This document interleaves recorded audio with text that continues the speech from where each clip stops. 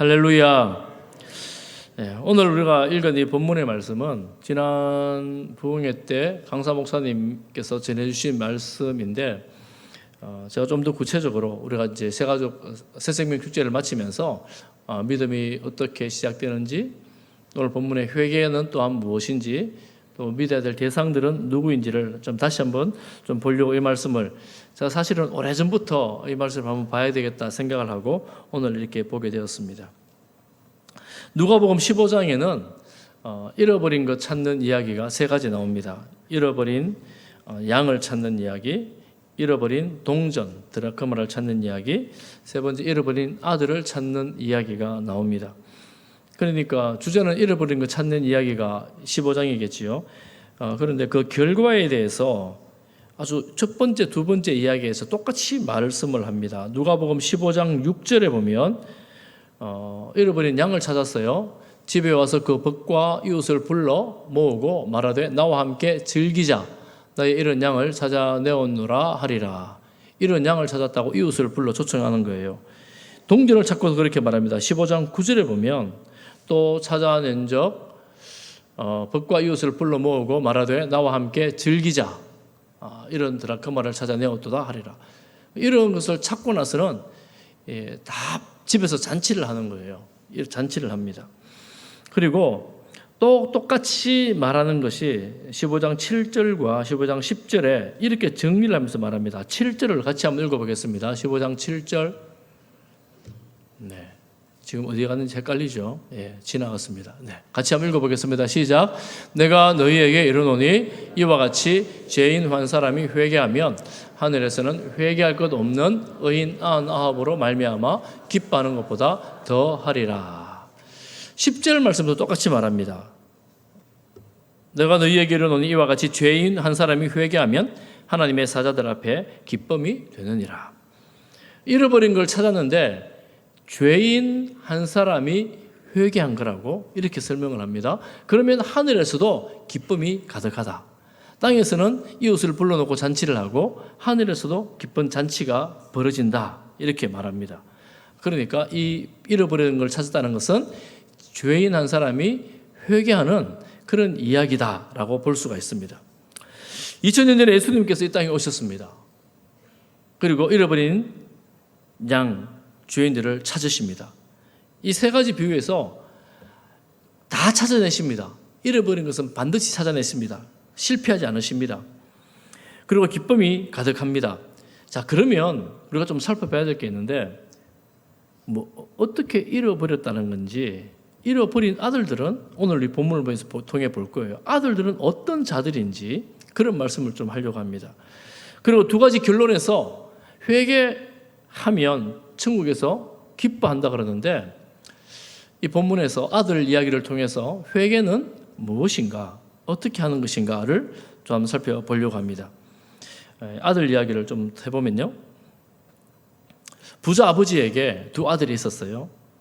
둘째가 아버지에게 요청합니다. 12절에 보니까 재산 중에서 내게 돌아올 것을 내게 주소서. 원래 유산이라는 것은 아버지 마지막 쯤에 주는 건데 시퍼렇게 살아있는 아버지 앞에 내 몫을 주세요 이렇게 요청을 합니다. 그런데 아버지는 자기 몫을 나눈 아들에게, 그 형제들에게 각각 자기 몫을 나누어 주었습니다. 둘째 아들은 보니까 받은 그 유산을 전부 다 현금화해서 13절에 보니까 먼 나라에 가서 허랑방탕하며 재산을 낭비했다 이렇게 말합니다.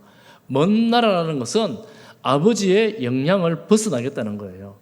아버지로부터 잔소리, 아버지로부터 어떤 아는 사람들로부터 영향력을 벗어나서 내 마음대로, 내 뜻대로 한번 살아보겠다고 하는 것입니다. 그렇게 먼 나라에 나갔습니다. 그렇게 허랑방탕하며 살았는데 흉년이 들었어요. 돼지 치는 일을 하는데 먹을 것을 주는 사람이 없습니다. 죽겠다고 생각한 거예요. 죽을 지경이 된 거예요. 그때 결정을 합니다. 우리 아버지 집에는 품꾼도 먹을 것이 많은데 종들도 넉넉하게 먹는데, 그러면서 내가 아버지에게로 돌아가야 되겠다 생각을 하게 되었습니다. 거지 몰골을 하고 저 멀리서 아들이 돌아오는데 아버지가 쫓아가서 안고 입을 맞추고 제일 좋은 옷을 입히고 가락지를 끼우고 발에 신을 신기고 송아지를 잡아 잔치를 했다. 이렇게 말합니다. 아버지는 그 아들을 받아주는 거예요. 그때 잔치 소리가 나니까 큰아들, 첫째 아들이 집에 일 마치고 집에 돌아오다 보니까 잔치를 하는 거예요. 물어보니까 동생이 돌아왔습니다. 아버지가 잔치를 열었습니다. 이렇게 말합니다. 화를 내면서 잔치 자리에 들어가지를 않아요. 아버지가 나와서 권합니다. 가자. 그때 이 아들이 하는 말이 29절 30절에 보니까 이렇게 말하죠. 내가 여러 해 아버지를 섬겨 명을 어김이 없거늘 내게는 염소 새끼라도 주어 나와 내 벗으로 즐기게 하신 일이 없더니 30절에 보면 이렇게 말해요. 같이 한번 볼까요? 30절 시작. 아버지의 살림을 창녀들과 함께 삼켜버린 이 아들이 돌아오매 이를 위하여 살찐 송아지를 잡으셨나이다. 이 큰아들 마음에 아들을 환영하고 잔치를 해주는 아버지에게 원망과 불평이 가득했습니다. 여러분, 제가 질문을 한번 해보겠습니다. 자녀가 여럿 있는데 하나들이 아버지를 졸라서 자기 몫을 가지고 나가서 자기 마음대로 살아버렸어요. 오늘 본문대로 하면 허랑방탕하면서 창기와 놀아나면서 자기 재산을 다 날려 먹은 거예요. 다 잃고 그 아들이 아버지께로 다시 돌아왔어요. 그러면 여러분, 아버지는 이 아들을 환영하면서 받아줘야 됩니까? 내 이놈하고 혼을 내야 됩니까? 혼을 내야 되죠. 그러니까 여기가 어디라고 왔느냐? 시퍼렇게 살아있는데 유산 달라고 받아줬더니만 지금 네가 이렇게 돌아오는 것이 제정신이냐? 혼을 내면 집에 있는 다른 형제가 그래, 이제 너는 혼 좀 나야 돼. 혼 좀 나야 돼. 이러면서 좀 이렇게 분위기가 나아질 텐데 아버지는 혼을 내지 않고 물어보지 않아요. 그저 입혀주고 먹여주고 잔치를 베풀어 줍니다. 그러니까 다른 형제가 얼마나 화가 나겠어요. 이해가 되지요. 잔치하는데 아이고 동생 잘왔다 이러면서 같이 기뻐할 수가 좀 쉬울까요? 여러분 어떻습니까? 아버지는 이렇게 말합니다. 그 화나서 잔치에 들어오지 않는 아들에게 오늘 읽었던 본문, 너는 항상 나와 함께 있으니 내 것이 다 너의 것 아니냐. 32절에 보니까 이 내 동생은 죽었다가 살아났다. 내가 잃었다가 얻었기로 우리가 즐거워하고 기뻐하는 것이 마땅하다. 이렇게 말합니다. 아버지의 마음이에요. 아버지는 잃어버린 아들 찾은 걸로 너무 기뻐하는 것이 합당하다, 마땅하다 이렇게 말합니다. 오늘 이 이제 본문의 내용입니다. 내용을 보면서 잃어버렸던 그 아들 둘째가 아버지께로 돌아오면서 하는 말들을 보면 위에 말했던 회개는 이렇게 하는 것이구나 하는 것을 우리가 조금 배울 수가 있습니다. 회개는 이렇게 하는 것이구나. 여러분, 아들이 만약에 둘째 아들이 자기 목의 육산을 가지고 아버지를 떠났다가 성공을 해버렸어요. 돈을 엄청 벌어버렸네요. 그러면 아버지 집에 돌아올까요? 성공하면 뻔뻔 좋은 차 사가지고 좋은 집 지어놓고 아버지 오세요 이러면 살 수도 있잖아요. 오늘 본문에 보니까 그 아들은 성공한 게 아니고 다 날려 먹어버렸어요. 쫄쫄 굶으면서 죽음 직전에 갔어야 돌아오게 됩니다. 그러면서 깨닫게 되었죠. 우리 아버지 집은 종들도 배는 굶지 않는다. 이 깨달음, 이 인식, 각성이라고 할까요? 오늘 본문에 보면 이렇게 말합니다. 18절에 보면 내가 일어나 아버지께 가서 이르기를 내가 하늘과 아버지께 죄를 지었사오니 죄를 지었다고 고백합니다. 내가 아버지께 죄 지었구나. 잘못했구나. 라는 것을 깨닫는 거예요. 어느 순간에요? 성공할 때요? 아니요. 실패할 때요. 성공하면 내가 죄 지었다고 생각하기가 참 어렵습니다. 쉽지 않습니다. 죽을 지경에 이르렀어야 내가 죄를 지었구나.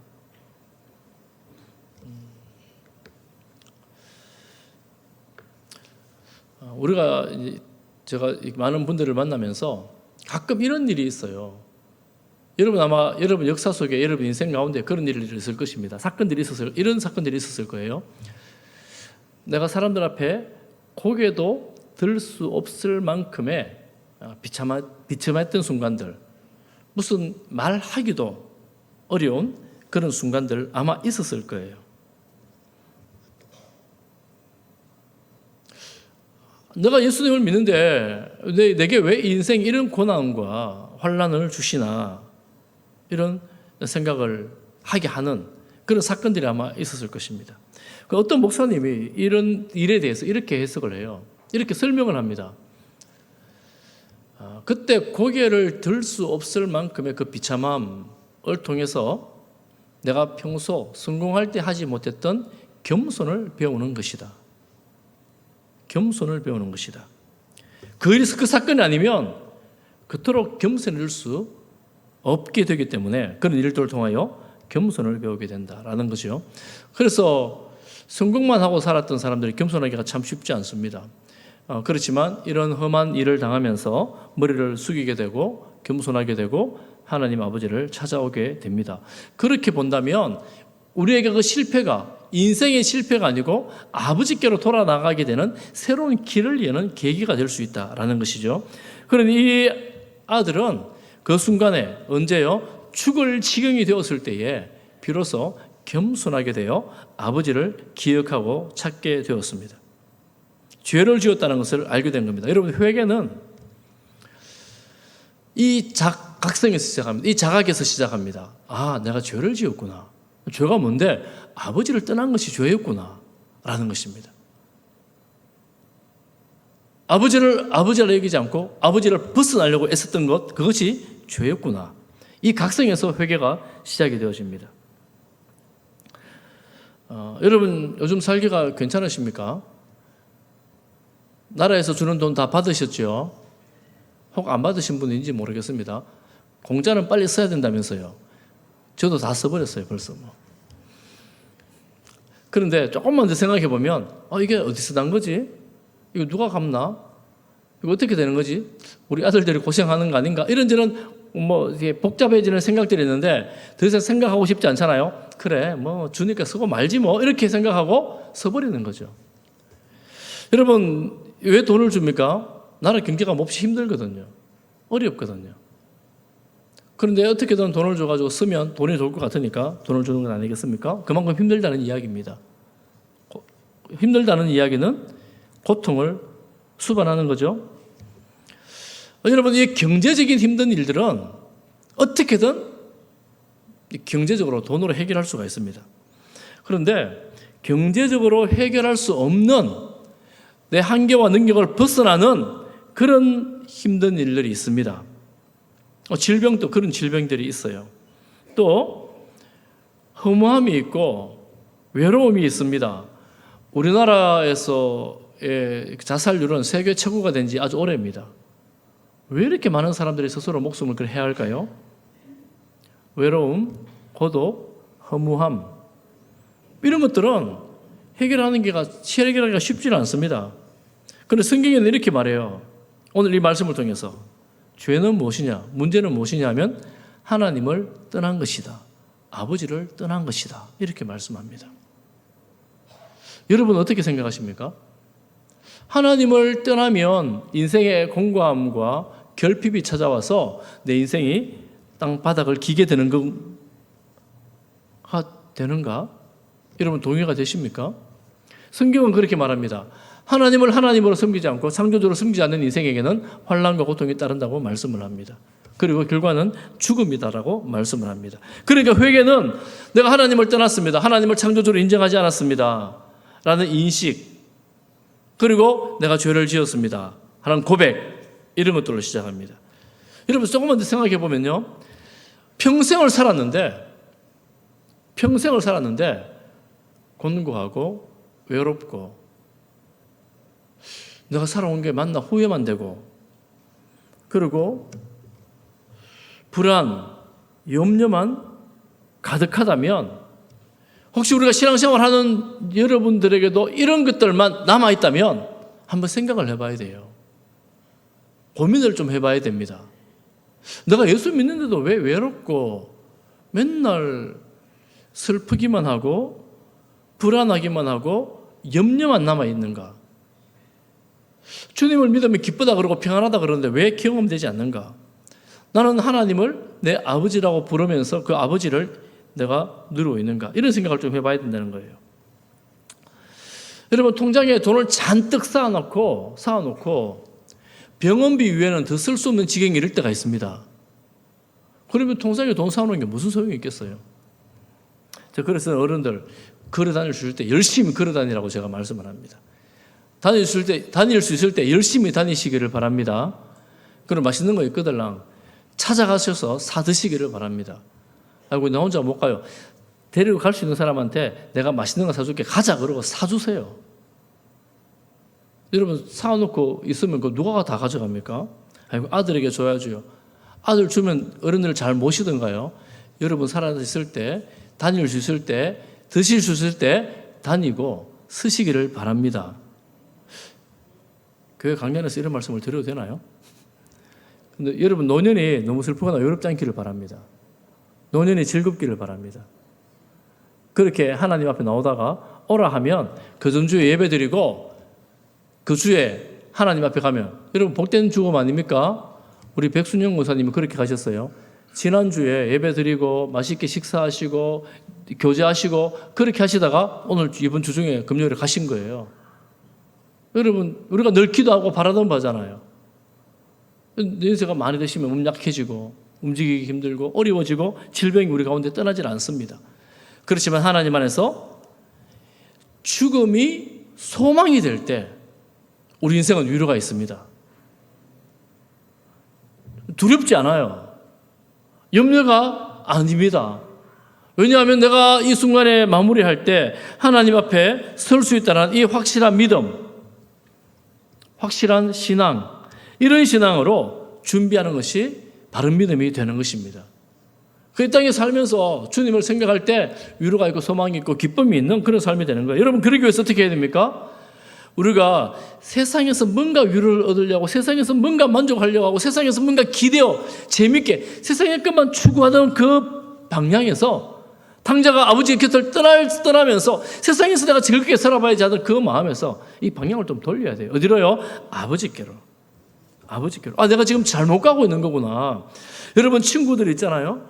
누구를 만나면 재밌고 즐겁습니까? 다 오래되면 교회도만 다녀가지고 안 믿는 친구 별로 없어서 잘 모르는지 모르겠으나, 안 믿는 친구 만나면 이것도 마시고 저것도 즐겁고 이것도 해보고 저것도 해보고 세상에서 온갖 것 하면 너무 재밌고 너무 행복한데, 교회 다니기 시작하면서 아이고, 세상에 재밌는 거 즐거운 건 아무것도 못하니까 너무 재미가 없고 지루하다고 생각하시는 분이 혹시 계십니까? 그래서 신앙생활도 하다가 안 믿는 사람 만나가지고 할 거 다 하면서 세상에도 재밌게 지내다가 또 예배당에 예배드리고 양다리를 딱 걸치고 있는 거지요. 양다리 걸치면 어떻게 됩니까? 그렇게 됩니다. 그러니까 여러분, 그렇게 살면서 세상도 즐기고 주님도 믿고, 이게 주님께서 기뻐하실까? 예수님 믿으면 교회 안에서 늘 불안하고 세상에 나면 재밌고, 이게 바른 신앙생활일까? 여러분, 우리가 이 비유를 보면서 깨닫는 것 한 가지는, 세상에서 그렇게 허랑방탕하면서 세상에서 쾌락을 즐기고 뭐든 다 즐겼는데 그곳에서는 구원이 없습니다. 진짜 기쁨이 없습니다. 진짜 평안이 없습니다. 그래서 방향이 우리 아버지 집에 돌아가야 되겠다 각성을 하는 거예요. 왜냐하면 우리 아버지 집에 다 있거든요. 하나님께로 가면 다 있거든요. 그렇게 깨닫고 나서 두 번째 하는 회개는 뭐냐면 행동하는 거예요. 돌아가는 것입니다. 가야 돼요. 알긴 아는데 머뭇하고 가질 않아요. 이번에 새로 오신 분들 제가 이렇게 연락하는 이야기를 다 들어보니까 옛날에 교회 다녀봤대요. 어릴 때 신앙생활 했대요. 그런데 교회를 다 떠나요. 떠나면 행복하고 즐거워야 되는데, 여러분 다 경험해봐서 알겠지만 여전히 고통이고 여전히 힘들고 여전히 어려워요. 마음조차도 편치 않습니다. 그러면 하나님 안에 들어가면 평안할까? 바른 믿음으로 주님을 바라볼 때에 평안함이 있습니다. 방향을 하나님께 두고 살아갈 때에 아버지 집에 풍성함이 있습니다. 여러분 믿으세요? 아버지 안에 자유함이 있습니다. 기쁨이 있어요. 위로가 있습니다. 세상에서 주지 못하는 힘이 있어요. 힘이 있습니다. 우리가 하나님 안에서 그것을 누리지 못하니까 자꾸 기웃기웃하고 세상에 나가면서 자꾸 세상에서 즐거움을 찾으려고 하죠. 회개는 아버지 안에 풍요로움이 있다고 믿고 아버지께로 돌아오고 아버지와 함께 살아가는 것입니다. 함께 살아가는 거예요. 여러분 21절, 우리 21절을 같이 한번 읽어보겠습니다. 21절입니다. 시작. 아들이 이르되 아버지 내가 하늘과 아버지께 죄를 지었사오니 지금부터는 아버지 아들이라 일컬음을 감당하지 못하겠나이다. 생각해 보니까 죄라는 거예요. 아버지 떠난 게 그걸 이제 비로소 아는 거예요. 결핍을 경험하면서. 그리고 집에 돌아오는데 이제 아들 저는 할 자격이 없습니다. 아들을 할 자격이 없습니다. 종으로 살겠습니다. 왜 종으로 살아요? 기분 나쁘게 아들인데 왜 종으로 살아요? 왜 종으로 살아요? 아버지가 안 받아주면 그만이거든요. 그런데 혹시 종으로 살면은 아버지 받아줄까나? 안 받아주면 죽음이거든요. 종으로 살겠습니다. 이렇게 말합니다. 근데 아버지는 받아줍니다. 받아주죠. 회개는 이거예요. 하나님을 떠난 것이 죄라는 것을 알고 하나님께로 돌아가는 것입니다. 그리고 하나님과 함께 사는 것입니다. 돌아가면서 고백하는 거예요. 내가 죄를 지었습니다. 하나님, 아버지 이렇게. 하나님이 제 인생의 주인입니다. 하나님이 내 아버지입니다. 이렇게 고백하고 하나님과 함께 사는 것입니다. 여러분 이게 회개입니다. 여러분 그렇게 회개하는 길이 뭐냐면 길이 예수님을 믿는 거예요. 요한복음 14장 6절 잘 아시는 말씀 한번 읽어보겠습니다. 시작.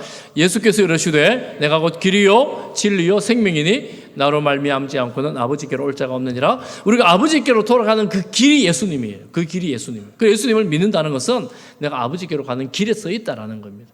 길에 있다. 여러분 길은 가는 거예요. 그 길에서 계속 아버지께로 가고 또한 그 집에 갔으면 함께 살아가는 것입니다. 제가 지금 영적인 말씀을 하고 있어요. 제가 이 말씀을 준비하면서 문득 혹시 여러분 가정에 자녀들과 부모님 사이에 깨진 관계가 있거든, 또 형제 관계가 있거든, 여러분 화목하시고 회복하시기를 바랍니다. 아무도 아멘을 안 하시네요. 다 잘 지내시는 모양이죠. 다 잘 지내시는 모양이죠. 잘 지내는 집안은 복된 집안입니다. 가끔 보니까 깨진 관계가 있더라고요. 이 아들 집처럼, 이 집처럼. 여러분 주님 안에서 화목하시기를 바랍니다. 이 화목의 비결은 다 같이 한 하나님을 아버지라고 고백하며 믿는 거예요. 믿는 거예요.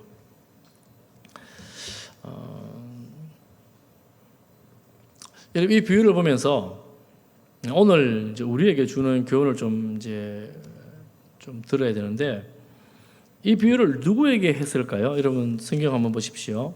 15장 1절 2절 성경 한번 보십시오. 15장 1절 2절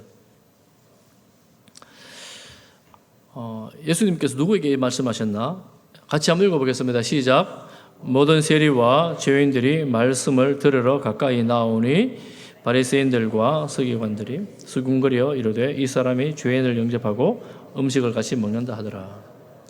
지금 이 비유를 듣는 청중들은 공식적인 죄인, 세리들, 그 당시 세리들, 그리고 죄인들, 지금 또 그리고 그 당시 종교인들, 바리새인과 서기관들은 그들은 이제 말씀을 가르치는 자들이고 거룩하게 산다고 자부하는 자처하는 그런 사람들이었습니다. 두 부류가 딱 나눠지는 거예요.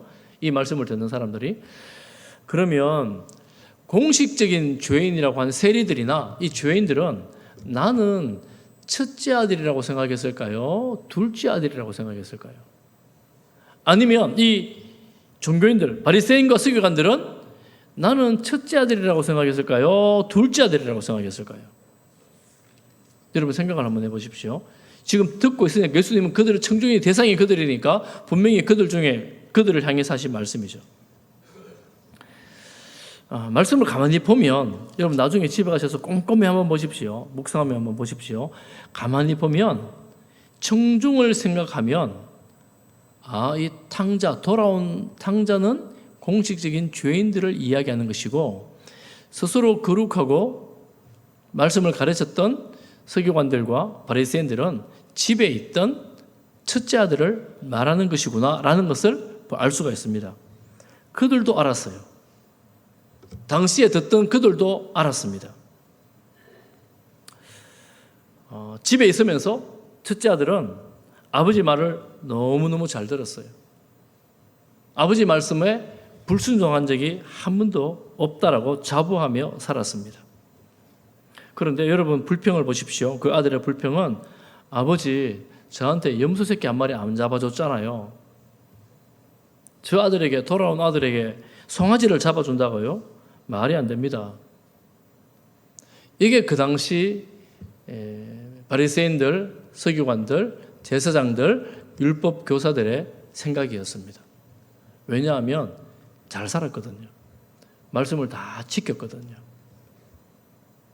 그런데 저 창기와 놀아난 동생이 돌았는데 아버지가 소를 잡아주는 겁니다. 말이 안 되죠. 여러분 어떻게 생각하세요? 말이 됩니까?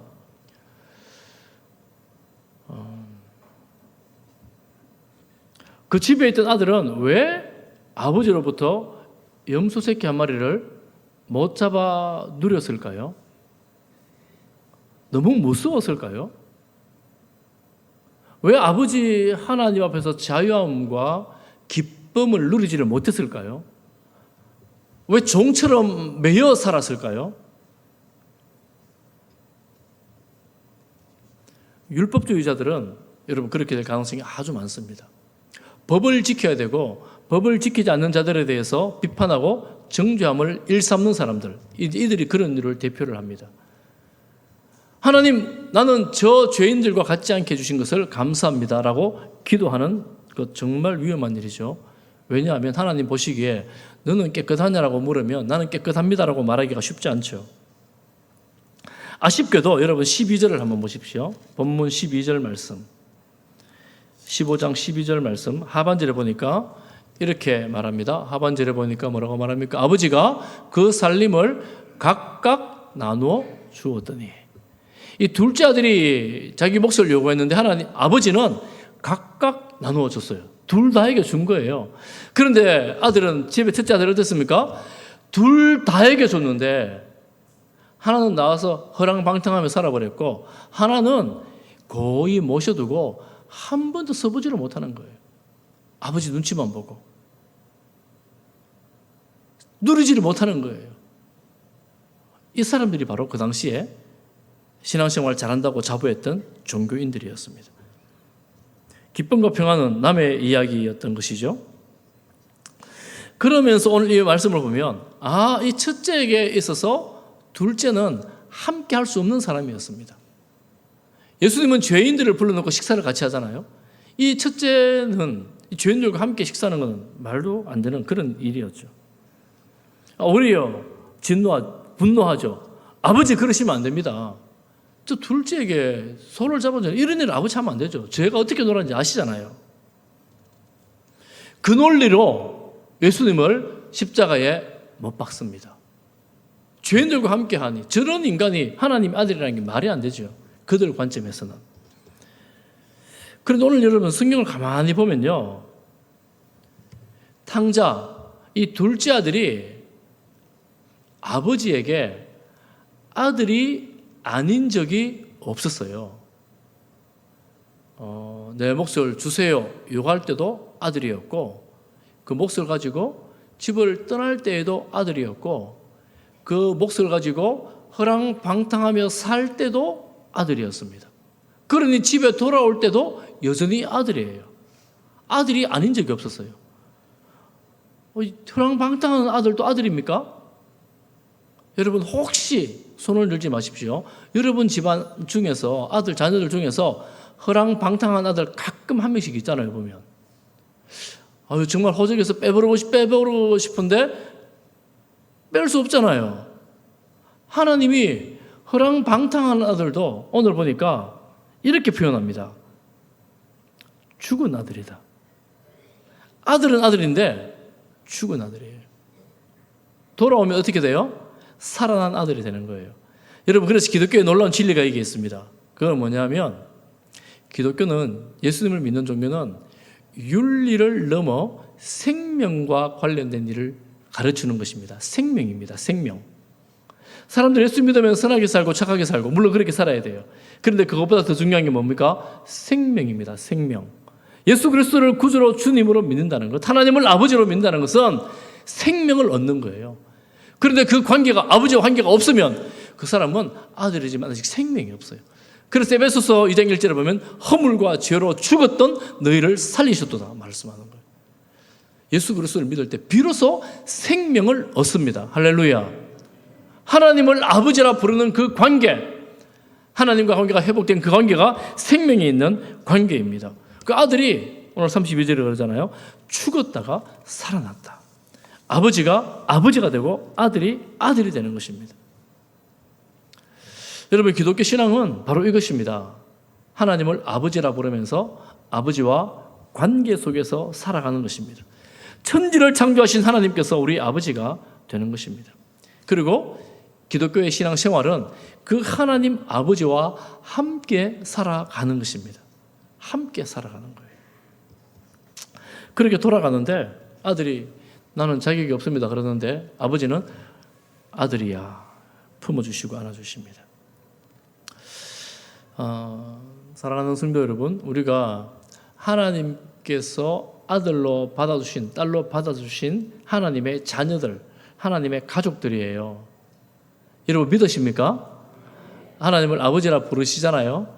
여기 대부분 다는 하나님을 아버지라 부르기가 주저하지 않는 그런 분일 텐데, 아버지와 풍성한 관계를 누리시기를 축복합니다. 그리고 아버지 안에서 아버지와 함께 살아가기를 축복합니다. 집에 돌아온 아들이, 탕자가 집에 돌아와서 이제 형처럼 똑같이 일할 거 아니에요. 일이 쉽겠습니까? 여러분, 신앙생활 때로는 힘들죠. 옛날에 이제 세상적으로 놀던 친구들과 좀 멀어지기도 하고, 세상의 재미도 조금 사라지기도 하고, 이제 하나님 안에서 신앙생활 하는 거가 조금 몸에 익숙해지려는 거가 조금 힘들기도 합니다. 좀 힘들기도 해요. 그렇지만 이 하나님 안에서 믿고 살아가는 이 삶에 안식, 평안, 기쁨, 위로가 있습니다. 하나님 안에서만 경험하는 것들입니다. 세상에서 경험할 수 없는 그런 위로가 있습니다. 하나님은 우리를 품으시는 분이시죠. 누가복음 13장 34절 하반절에 보면 이런 구절이 있습니다. 예루살렘아 예루살렘아 암탉이 제 새끼를 날개 아래에 모음같이 내가 너희의 자녀를 모으려 한 일이 몇 번이냐. 주님은 어떻게든 암탉이 이 새끼들을 모으는 것처럼 우리를 모으시고 보호하시고 먹이시고 입히시기를 원하십니다. 그런데 희한하게도 양들은 자꾸 딴 데로 가려고 그러고 이 새끼들은, 이 병아리들은 자꾸 벗어나고 딴 데로 가려고 그래요. 그런데 나가면 새롭고 신나고 즐겁다고 생각하고 잠시 그럴 수 있으나 그 품을 떠나는 순간 고통과 환난이 주변에 너무나 많이 있죠. 그리고 우리가 주님 안에서 여러분 주님 안에서 평안을 누리고 안식을 누리는 성도들 되시기를 축복합니다. 세상은 맹렬하게 살아가고 또 이겨야 승리하는 그런 세상입니다. 여러분 세상에 나가서 열심히 사세요. 열심히 사시고 주님 안에서 위로와 힘과 회복을 누리시며 살아갈 수 있기를 축복합니다. 이런 생각을 해봤어요. 둘째가 집에 돌아올 때 마음이 어땠을까? 아들을 포기하고 종으로 돌아왔잖아요. 아버지 저를 종으로 써주세요. 아버지가 나를 어떻게 받아줄까? 얼마나 조마조마했겠어요? 내 이놈 하면 내가 어떻게 아버지한테 말할까?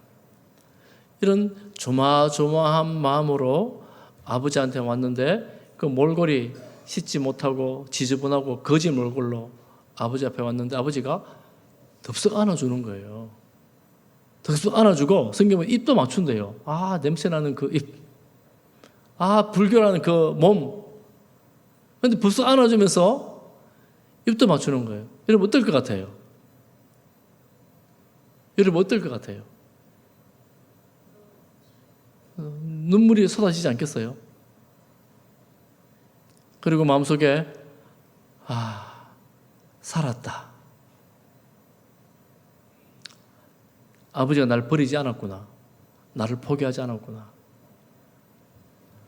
우리 예수 믿는 사람들은 그런 사람들입니다. 우리가 얼룩지고 죄로 얼룩지고 아버지 앞에 설 수 있는 자격이 전혀 없음에도 불구하고 아들아 딸아 잘 왔다 이렇게 품어주시는 품에 살아가는 사람들이 바로 예수님 믿는 사람들입니다.